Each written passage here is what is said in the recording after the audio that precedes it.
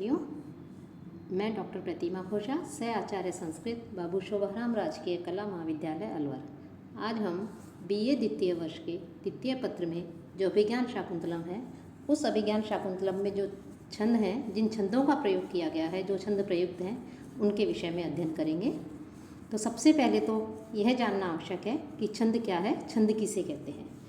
कि वैदिक और जो लौकिक संस्कृत साहित्य है, उसमें जो छंद हैं, वो छंद शास्त्र अपना एक विशिष्ट स्थान रखता है। कि भारतीय ज्ञान का प्रारंभ भी वेदों में हुआ है और वेद निःश्रेयस का मूल माने गए हैं। और जो छंद शास्त्र हैं, उस छंदों को या छंद शास्त्र को पाणिनीय शिक्षा में वेद पुरुष का पाद स्थानीय माना जाता है। छंदः पादौ तु वेदस्य। और जो छंद शास्त्र है, उसका इतिहास यद्यपि काफ़ी प्राचीन है, लेकिन उपलब्ध सामग्री के आधार पर महर्षि पिंगल जो है, वो उनके सूत्र इसके परिचायक के रूप में सर्वमान्य हैं। अर्थात छंद शास्त्र के आदि आचार्य और जन्मदाता पिंगल मुनि माने जाते हैं। और इस समय पिंगल और छंद शास्त्र पर्यायवाची शब्द हो गए हैं। और प्राचीन सूत्र परंपरा के अनुसार पिंगल मुनि ने जो छंद शास्त्र है, उस छंद शास्त्र को सूत्रों में लिखा है। यह पिंगल सूत्र के नाम से भी प्रचलित है। पिंगल छंद सूत्र पर आधारित प्रमुख ग्रंथ हैं छंदो अनुशासन, रत्न मंजूषा, वृत्त रत्नाकर, सुवृत्त तिलक, श्रुतबोध, छंदो मंजरी आदि जो है, ये छंद सूत्र पर आधारित जो है प्रमुख ग्रंथ माने जाते हैं। अब छंद जो है, उन छंदों के दो प्रकार माने गए हैं, मात्रिक और वर्णिक, जिसे वर्णवृत्त भी कहते हैं। कि मात्रिक छंद, जैसा कि इसके नाम से ही स्पष्ट होता है कि मात्रिक छंदों में मात्राओं की गणना की जाती है। और मात्रिक छंदों को जाति भी कहा जाता है, जैसे आर्य जाति आदि। वर्णिक छंद में गणों के आधार पर गणना की जाती है। वर्णों के आधार पर जो छंद हैं, बने हुए जो छंद हैं, उनकी रचना 8 गणों पर निर्भर करती है। और ये जो 8 गण हैं, इनके विषय में हम अब बताएंगे कि गण क्या है। तो गण विधान अर्थात गण क्या है, किसे गण कहते हैं, और इन गण जो हैं कैसे बनते हैं। कि वर्णिक जो छंद हैं, उन छंदों अर्थात या जो व्रत हैं, उन व्रतों में वर्णों की गणना के लिए गण का विधान रहता है। ये गण गुरु एवं लघु के एक विशेष क्रम से बने हुए 3-3 समूह के रूप में होते हैं। अर्थात गुरु और लघु, ये इनके जो है 3-3 का समूह होता है, और उससे जो है ये 8 गण बनते हैं। तो ये 8 गण बताए गए हैं कि कौन कौन से जो है ये 8 गण होते हैं। गुरु के लिए एक तरह से अवग्रह या ऐस के प्रकार का प्रयोग किया जाता है चिन्ह का, और लघु के लिए एक जो सीधा लाइन होती है, डंडा होता है, उसका प्रयोग किया जाता है, यह चिन्ह होता है। और मात्रिक जो छंद हैं, उन छंदों में तो ऋषु वर्ण की 1 मात्रा होती है, और जो गुरु हैं उनकी 2 मात्रा होती है।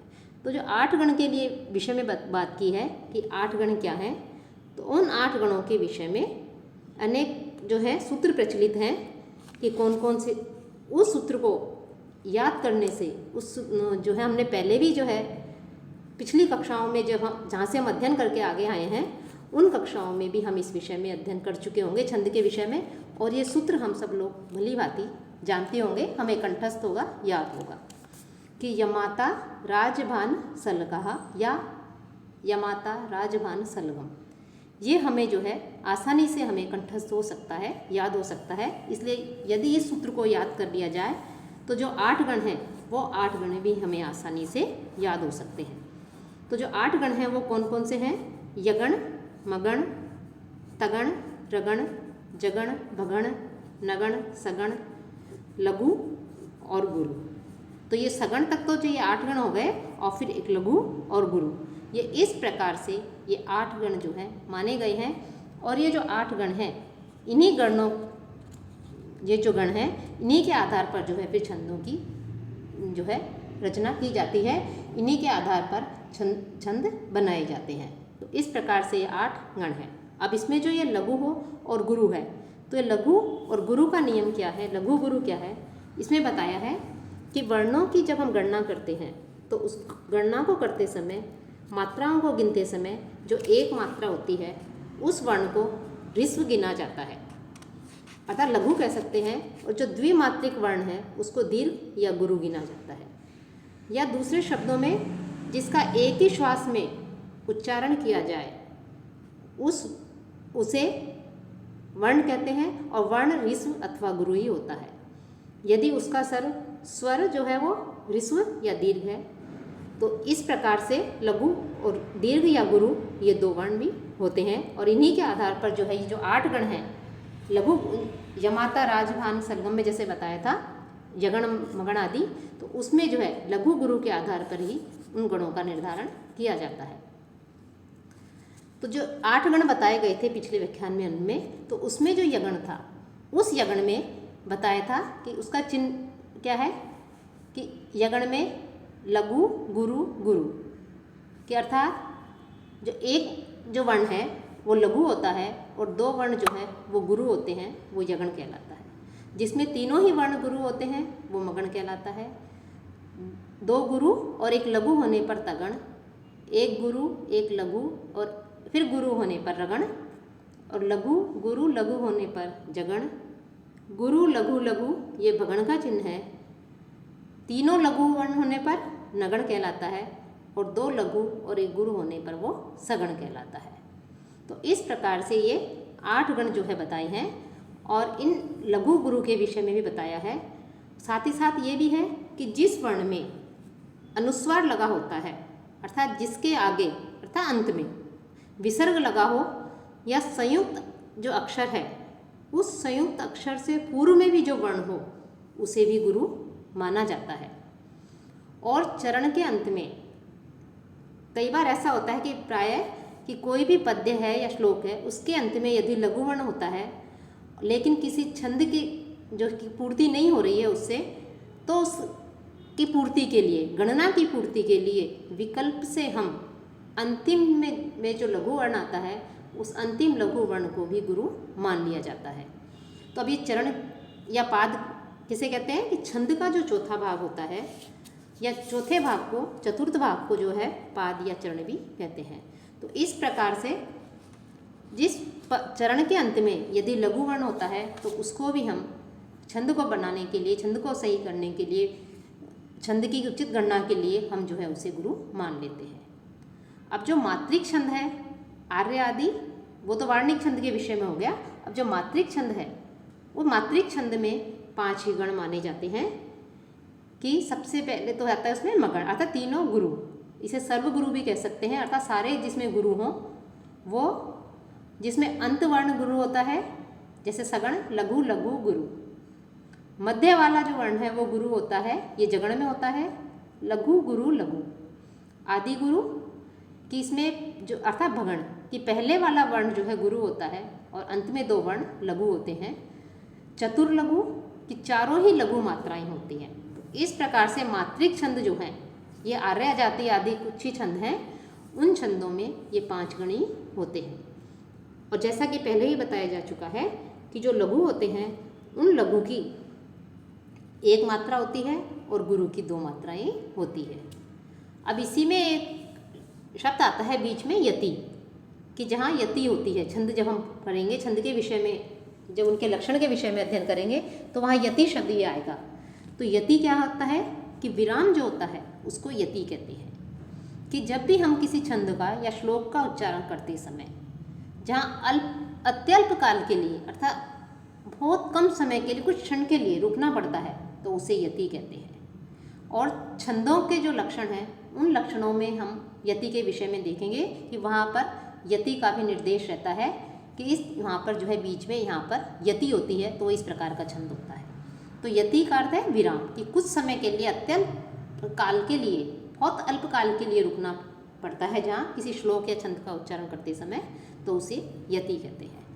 अब है व्रत भेद, कि व्रत भेद क्या है कि सामान्य रूप से जो पद्य होता है, श्लोक होता है या छंद होता है वो 4 चरणों से निर्मित होता है, और अक्षर या जो मात्राएं हैं उनके आधार पर निर्मित जो पद्य है, जो व्रत है, वो पद्य जो है वो व्रत अथवा क्या कहलाता है, जाति कहलाता है। व्रत के भी कह सकते हैं उसे, या उसे जो है जाति भी कह सकते हैं। कि जैसे छंद के जो प्रकार जो बताए हैं, वर्णव्रत और मात्रिक, वर्णिक और मात्रिक। वर्णव्रत या वार्णिक छंदों में तो प्रत्येक चरण या पाद के वर्णों की गणना होती है, लेकिन जो मात्रिक छंद हैं उन मात्रिक छंदों को में जो मात्राओं की गणना होती है और उनको जाति भी कहा जाता है।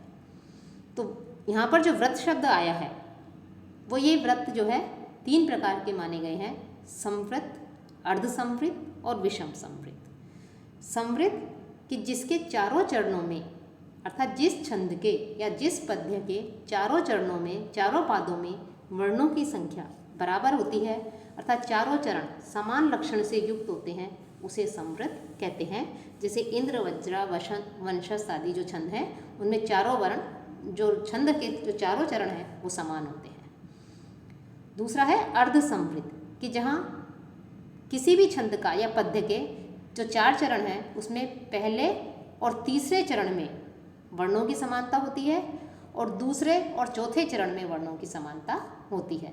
अर्थात पहला और तीसरा जो चरण है वो समान होंगे और दूसरा और चौथा चरण जो है वो समान होंगे, उनमें वर्णों की समानता होती है, तो वो अर्धसंवृत कहा जाता है। जैसे पुष्पिताग्रा या वियोगिनी छंद। इन सबके विषय में हम जब छंदों के लक्षण, उदाहरण आदि देखेंगे तब जो है विस्तार से अध्ययन करेंगे। अब है विषम व्रत कि जिसके कि पद्य या छंद के जो 4 चरण होते हैं उन चारों चरणों में असमान वर्ण होते हैं, अर्थात छंद के चारों चरणों के लक्षण भिन्न भिन्न होते हैं, अलग अलग होते हैं, उसे विषम व्रत कहते हैं। तो इस प्रकार से यहाँ पर जो है ये छंद के विषय में बताया गया है कि किस प्रकार से छंद 2 प्रकार के बताए गए हैं और छंद का भी शास्त्रों में जो है अपना एक छंद शास्त्र का विशिष्ट स्थान माना गया है।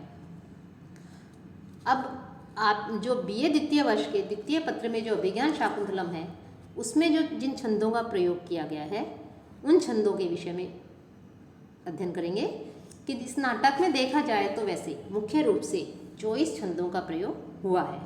कि अनुष्टुप, इसे श्लोक भी कहते हैं, अनुष्टुप छंद अर्थात इसे श्लोक भी कहते हैं।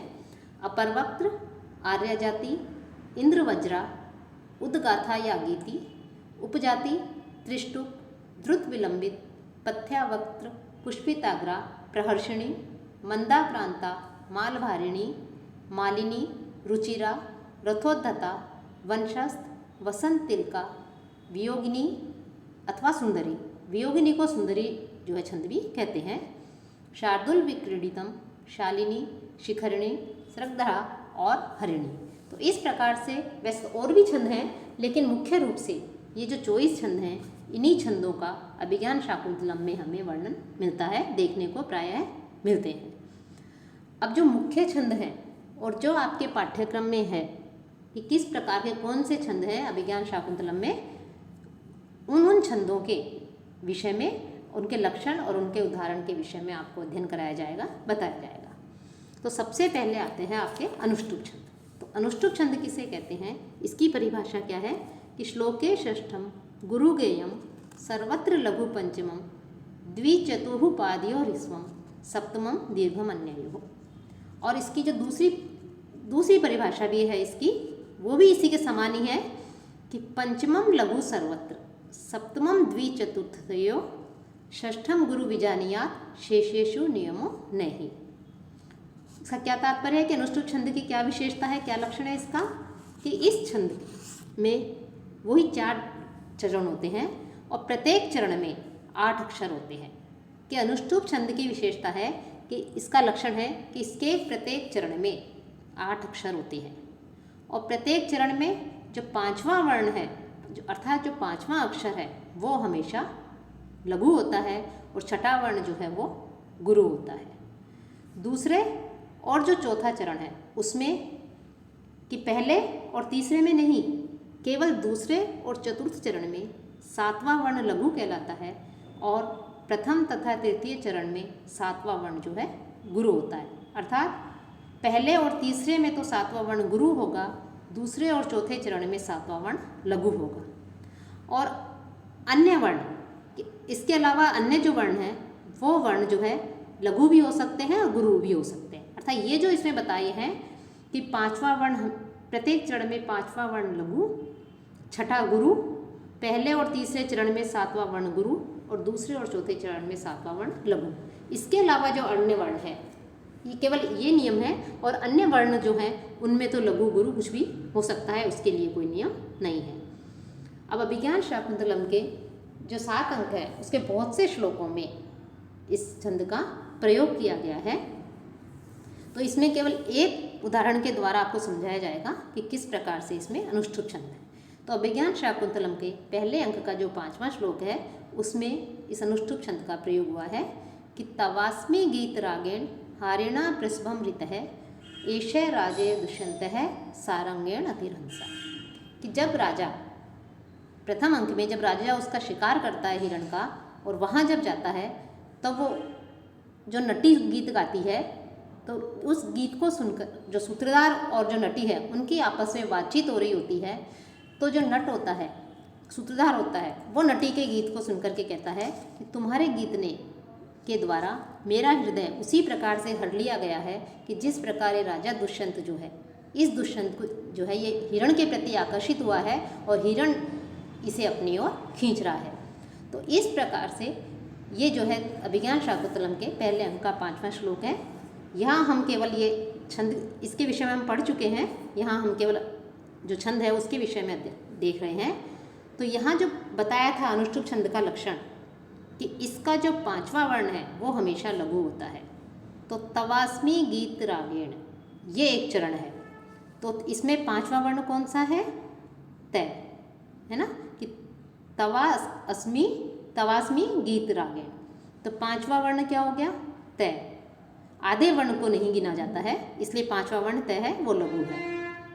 और जो छठा वर्ण है वो है रा। गीत रागेण में जो रा है वो छठा वर्ण है, इसलिए वो क्या है? गुरु है। तो इस छंद की परिलक्षण के अनुसार जो 5वां वर्ण है, प्रत्येक चरण का जो 5वां वर्ण है वो लघु है और छठा वर्ण गुरु है। तो 5वां वर्ण गीत रागेण में तय है, तो तय लघु है, रा छठा वर्ण है, यह गुरु है। ऐसे ही हारिणा, द्वितीय चरण में हारिणा पृष्ठम ऋत है, स जो है वो 5वां वर्ण है, वो लघु है, और ब्रह्म जो है वो गुरु है। इसी प्रकार से ऋत है कि जो, क्योंकि द्वितीय चरण है इसलिए 7वां वर्ण है जो है वो लघु का आ गया है। तीसरे चरण में एष राजेव दुष्यंत है कि वही 5वां वर्ण जो है वो लघु है, और जो छठा वर्ण है वो क्या है? गुरु माना गया है। और चौथे अंक जो चरण है उसमें भी 5वां लघु है और छठा वर्ण जो है गुरु माना गया है। और इसी प्रकार से इसमें हम देखते हैं कि प्रत्येक चरण में 8 अक्षर है, और 5वां वर्ण लघु, छठा वर्ण गुरु, दूसरे और चौथे में 7वां वर्ण लघु, और पहले और तीसरे चरण में 7वां वर्ण गुरु होता है, और अन्य जो वर्ण हैं वो लघु या गुरु भी हो सकते हैं। अब इसके बाद छंद आता है आर्य जाति छंद। इसका उदाहरण है यस्याः प्रथमे पादे 12 मात्राः तथा तृतीय अपि 18 तृतीय द्वितीय चतुर्थके 15 सार्य। कि आर्य जाति ये एक मात्रिक छंद, कि छंदों के 2 प्रकार बताए गए हैं, वर्णिक और मात्रिक। तो यह मात्रिक छंद है। इस छंद के पहले और तीसरे चरण में 12 मात्राएं होती हैं, द्वितीय में 28 मात्राएं होती हैं, और चौथे चरण में जो है 15 मात्राएं कही गई हैं। और इस छंद का जो है उदाहरण है कि अभिज्ञान, बहुत से उदाहरण हैं अभिज्ञान शाकुंतलम में, प्रायः अनेक स्थानों पर इस छंद का जो है प्रयोग किया गया है। लेकिन यहाँ पर जो है हम केवल अभिज्ञान शाकुंतलम का जो चौथा अंक जो है उसका 12वें श्लोक यहाँ पर दिया गया है। परीक्षा की दृष्टि से जो छंद श्लोक उपयोगी हैं, जो महत्वपूर्ण हैं, उन्हीं को ही जो है हम छंदों में उदाहरण के रूप में यहाँ पर देंगे।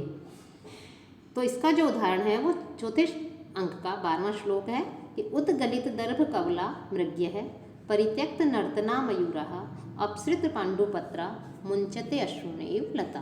तो ये जो श्लोक है इसमें जो है आर्य जाति नामक छंद का प्रयोग किया गया है, क्योंकि और ये मात्रिक छंद है। अब है उपजाति छंद। उपजाति छंद क्या है कि इसमें इस छंद में इंद्रवज्रा और उपेंद्र वज्रा दो छंद और होते हैं, उन दोनों छंदों का मिश्रण होता है। अर्थात कोई तो चरण जो है श्लोक का या पद्य का इंद्र वज्रा का होता है और कोई उपेंद्र वज्रा का होता है, और इन दोनों का जो मिश्रित जो छंद होता है वो उपजाति छंद कहलाता है। तो इसकी परिभाषा है स्यादिंद्र वज्रा यदि तौ जगोगे है। यह इंद्र वज्रा छंद का भी लक्षण है। उपेंद्र वज्रा जत जाहस ततो गो, यह उपेंद्र वज्रा छंद का लक्षण है। अनंत रोधि ऋत लक्ष्म भाजो पादो यदि उपजात जाता है अस्ता, कि इंद्र वज्रा जो छंद है जो सबसे पहले आया है कि स्यादिंद्र वज्रा यदि तौ जगोगे है, कि इंद्र वज्रा के प्रत्येक चरण में क्रमशः 2 तगण 1 जगण और 2 गुरु होते हैं, और वर्णों के क्रम में हम देखें तो कुल प्रत्येक चरण में जो है 11 वर्ण होते हैं।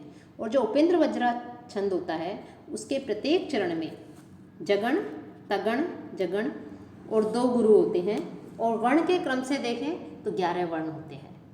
और इन दोनों के मिश्रण से कि कोई तो पाद या चरण जो है वो इंद्र वज्रा का, कोई उपेंद्र वज्रा का, तो वो उपजाति छंद होता है। कि जैसे शम प्रधानेषु तपोधनेषु गूढ़म ही दाहात्मकम अस्ति तेज है, स्पर्श अनुकूला इव सूर्यकांतः तद अन्य तेजो अभिभवात वमंती। यह अभिज्ञान शाकुंतलम के दूसरे अंक का 7वां श्लोक है। और भी जगह प्रयुक्त हुआ है, लेकिन यह जो है महत्वपूर्ण है, इसलिए यहाँ पर हम इसके विषय में ही बताएंगे। कि यहाँ पर देखें तो इसमें जो है इंद्र वज्रा और उपेंद्र वज्रा दोनों छंदों का प्रयोग हुआ है।